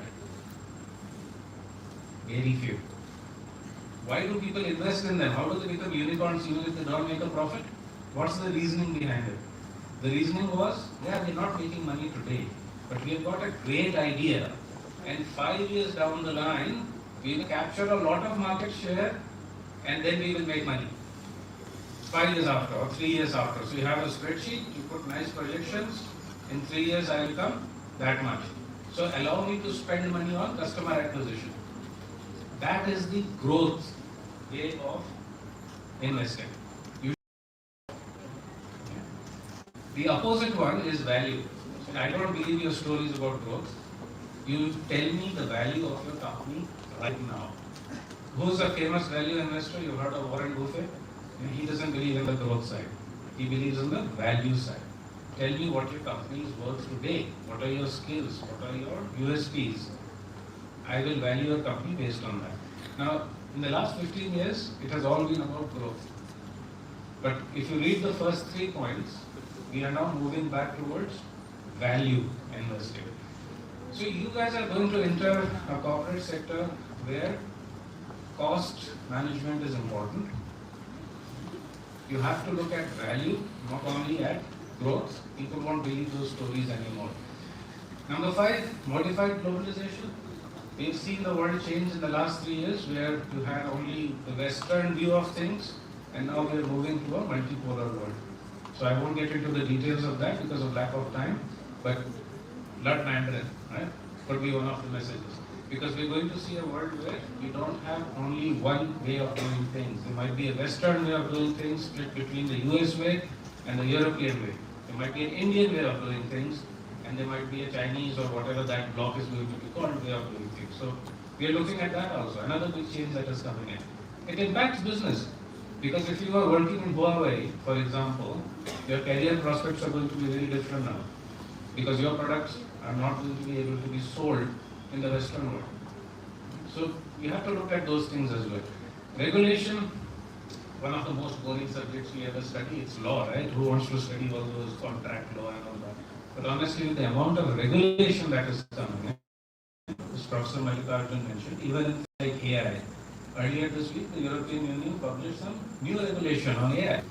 If you are running any kind of business, it's going to be very difficult for you to do so without understanding what the government is doing, what are the intentions of the government. Again, a point that you raised. People and society. Now, this one is an interesting one, we don't talk about it. But people are changing. If we talk about generations in India, and maybe I'll talk a little about it, maybe I will, because that's the only thing I will talk. And then, of course, there's a difference between the rest of the world and India. Most of our literature or cases or whatever we see are about the West. But in India, we are different in certain ways. So please keep that into account. And the last one, technology. Whether you're working in HR or finance or marketing, you need to understand technology today.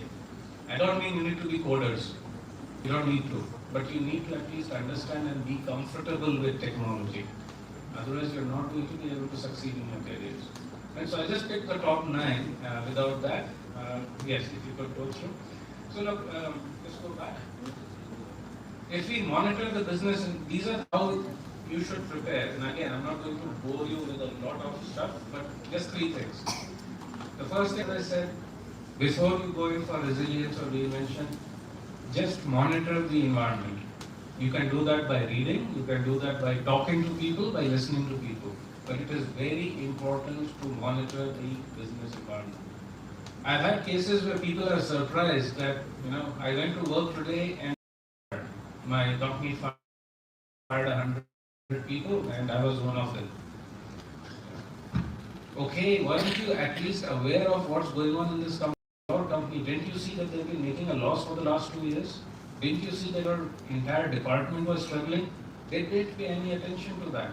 They were just going, doing their work, coming back home. I did a good job, I'm safe. It doesn't work that way anymore. So you need to monitor the business environment. Second, establish feedback loops. None of us is a genius. So we have to talk to other people, talk to your friends, talk to your colleagues, talk to professors, visitors, whoever, to understand what their view is on what is changing. So that you can validate your ideas. And third, respond fast. Whether it's your company that is changing or your department or your industry. If you do the first 2 and then sit and don't do anything, don't take any action, you're going to fail. And that's where the reinvention comes in. So simple 3 steps: monitor, feedback loops, and respond. We're going to skip this slide. So I wanted to talk about people, if you will, because again, this is something we don't talk about in most business schools. Now, people normally, from this point of view, we can divide based on when they were born into 5 or 6 categories. The first one is called the silent generation. So my mother would be from that generation, born between 1928 to 1945. The second one, 1946 to 64, is called the baby boomer generation. Then you have Generation X, you would have heard of this one, 1965 to 1980. We have millennials, 1981 to 95. Then Generation Z, 96 to 2010. Your generation, right? And then we have Generation Alpha, born between 2011 to 2025. Now, why am I saying this? 2 reasons. First, this is an example of a change, which I said people don't pay attention to. But you briefly mentioned society, so this is an example. The behavior of each one of these generations is very different. And in India, we have all these generations working together. You might have a boss who's from the baby boomer generation. Or if you are a boss, then you might have, your employee might be from Generation Z. And if you join a company, a big company, then you will have all these people working together. Or if you are trying to sell your products, you will try to sell to all of them. And they are, can we go to the next one? Just skip that. Again, because of lack of time, I won't go into detail here, but let me just quickly talk to you about these 4 generations. I am not considering Generation Alpha, which is the newest one. Why? Because they're too new. As a businessman, I don't care too much about people who don't have money to spend. I have also not talked about the silent generation, which is born before 1945. Same reason. They're very old, they don't spend money. So as business people, I only focus on these 4. Now think about this. Baby boomers, these guys were born during an economic crisis just after the Second World War. They came from a generation which was very tough. So their attitude are very different. They were very happy to have a job. They were very much, they used to talk about company loyalty. Like, I'm employed by XYZ company, like Tata Steel or whatever jobs. They had the sense of loyalty to the company, and the company had some sense of loyalty to its workers also. Their choices were limited in life. They were very hardworking in the sense that they had no outside interests. Now, when you come to Generation X, they were born at a time when India started changing as a country, and people started experimenting. So Generation X is the generation which started going outside the boundaries a little. Then you come to the millennials, which is when the technology revolution started, and people started becoming more comfortable with emails and informal clothes and so on and so forth. And then we have your generation, Generation Z. So if I say something that you don't agree with, please correct me. I'm very happy to hear that. But Generation Z has a different outlook compared to, say, a baby boomer. Generation Z is more willing to experiment. Generation Z is more looking for things like self-fulfillment. Do I feel happy in this role? Is this according to my interests? Is this company ethical? Do I like my boss? Things like that are important to you guys. You talk about that to a baby boomer, he'll say, okay? But that doesn't work with Generation Z. So you have to treat these 2 generations very differently. Can you go to the next slide? When we talk about things, let me give you 2 other examples of the difference. Since I am a finance person, I'll talk about how the attitudes towards finance is different here. Baby boomer generation would never take loans. Loans were regarded as bad. You don't take loans. This whole thing, if somebody कर्ज में डूबा है, that means it's very bad. No loans at all. Nothing. As you move down towards Generation X would start taking loans only for big things like houses. Millennials and Generation Z, yeah, it's fine, absolutely fine. I just spend a little more on credit cards, it's okay. The attitude towards loans has changed. The attitude towards assets, Baby boomers would work their whole lives, save money from salaries to make a house, which they would give to their grandchildren. That, this house is there for my 3 generations. You come down to millennials and also Generation Z. I'm not sure about you guys particularly, but Generation Z, because they are mobile, even the millennials. Today you're working in Bangalore, tomorrow you might be in Chennai, the day after you might be in Sydney. So the attachment to assets is not that much. Third way in which financials differ.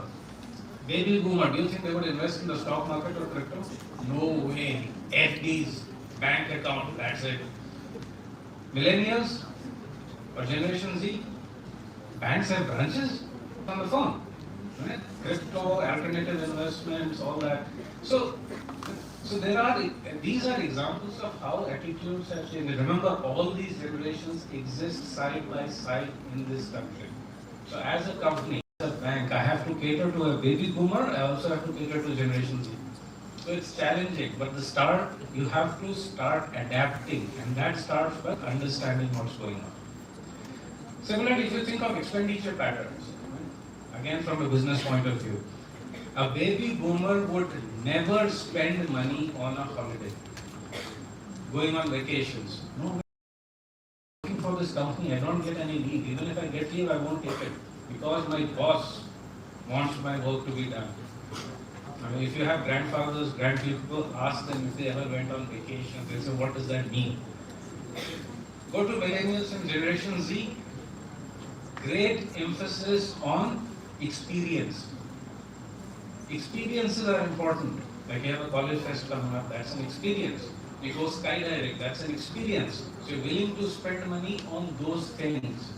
Ask Generation X or baby boomers if they would ever spend money on this useless thing, no value, never happening. And again, both these generations exist side by side.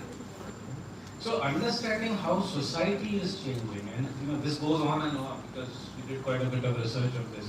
But understanding how your company treats these generations is very important. If you are a bank, you need bank branches because your baby boomer knows the bank branch manager by name and will go and have a personal relationship with them. But if you are catering to Generation Z or to millennials, you better have a very good online app, which is very fast, very responsive, it gives all the information they need. So just one of the examples, this is a very long presentation, but we have overshot. I just want to leave you with this message that those 9 areas that we discussed, including technology, people, happenings in finance, these are trends that are very real that will continue. But as long as you guys, the students of SDM, are aware that changes are happening, you take some interest in that world on updating yourself and staying relevant, I think you'll do fine. Okay, so once again, thanks very much for inviting me here. I look forward to more visits in the future and wish you all the very best in your careers.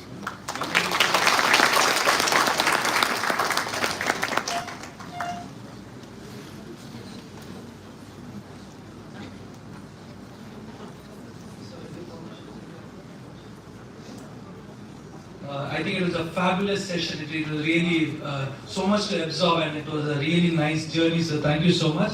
I think we'll have a quick question answer session. So students, if you have any quick questions, participants, please kindly raise. Yes, Srinidhi, please. Hello sir, my name is Srinidhi from final year. I have a question sir.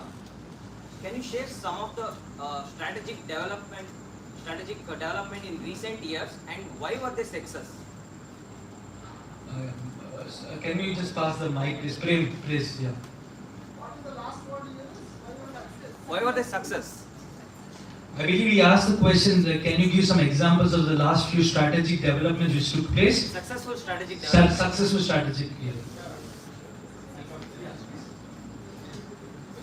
Srini, thanks for that. Look, when there is a development, we don't normally say whether it's successful or not.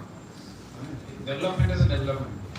Now, for example, the next few slides I was going to come to, which we can't go, is actually, can you skip to a few slides and then I'll answer Srini's question? So, one of the developments that has happened is that income disparity in India has gone up. The difference between the poorest and the largest has gone up.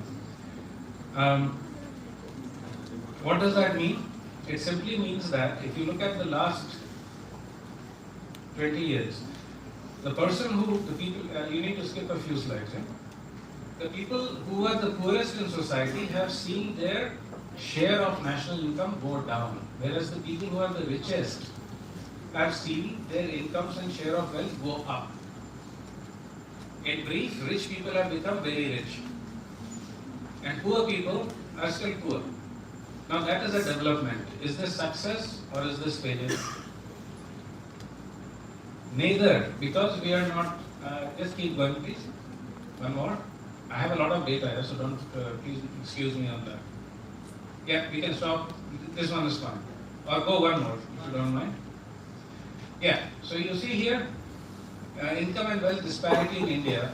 You can see the share of the bottom 50%. The red line is India. So if in 1980 we started at 100 rupees, the bottom 50% of the population has now come down to around 63. Okay, next slide please, if you. Yeah. And one more.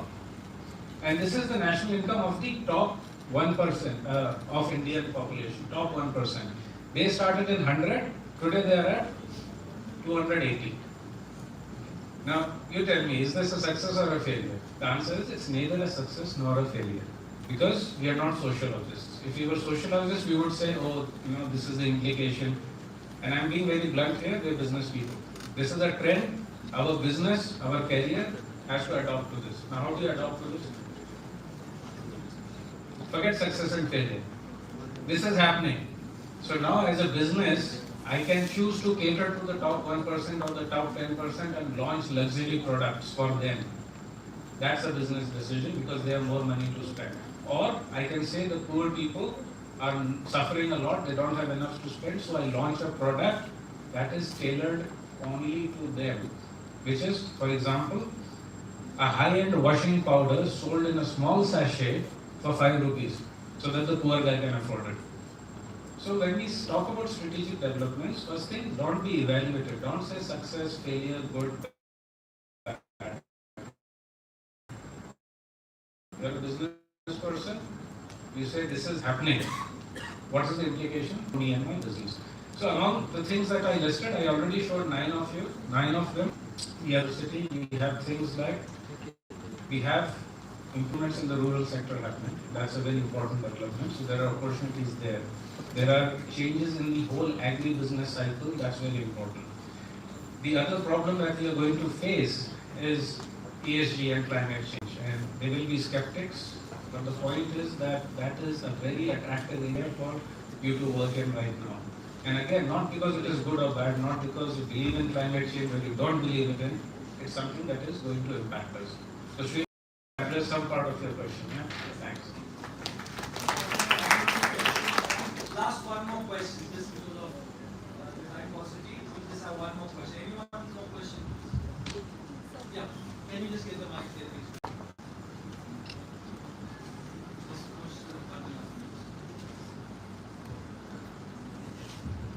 Good afternoon, sir. I'm Tanya. My question is, what are the potential risks associated with strategic development and how can the company mitigate them? Okay, Tanya, that's a good question. Look, the only risk associated with any development is that you don't pay attention.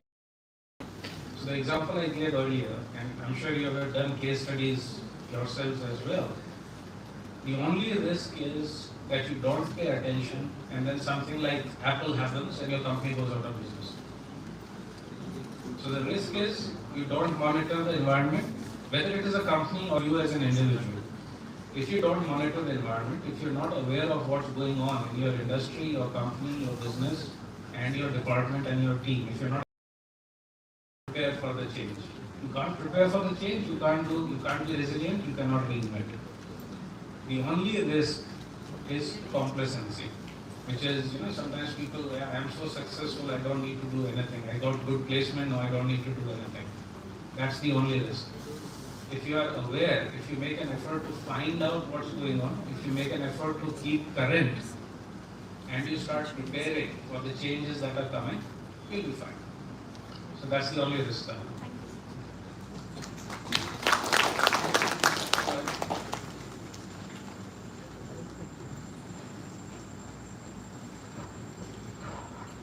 Thank you everyone for your wonderful questions.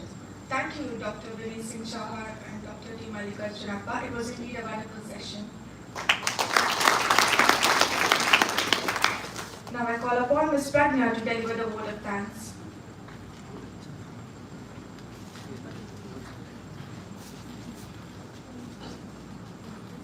Feeling gratitude and not expressing is like wrapping a present and not giving it.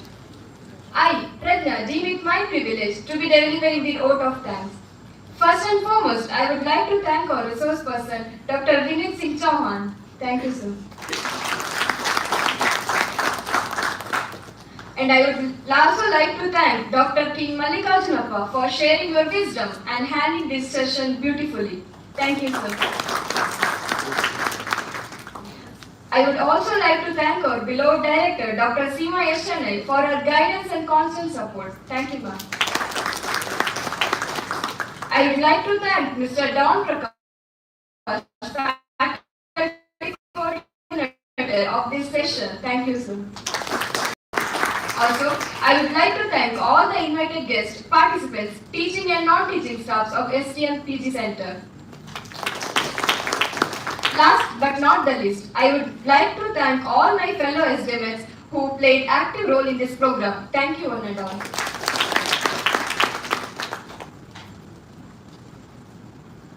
Thank you, Ms. Pragna, for the wonderful vote of thanks. A kind note, we break for lunch now and we request you all to gather back at the same venue at 2 p.m. Lunch is being served in the basement for this very building. Kindly join us for the same. As Sahana ends for the day signing off.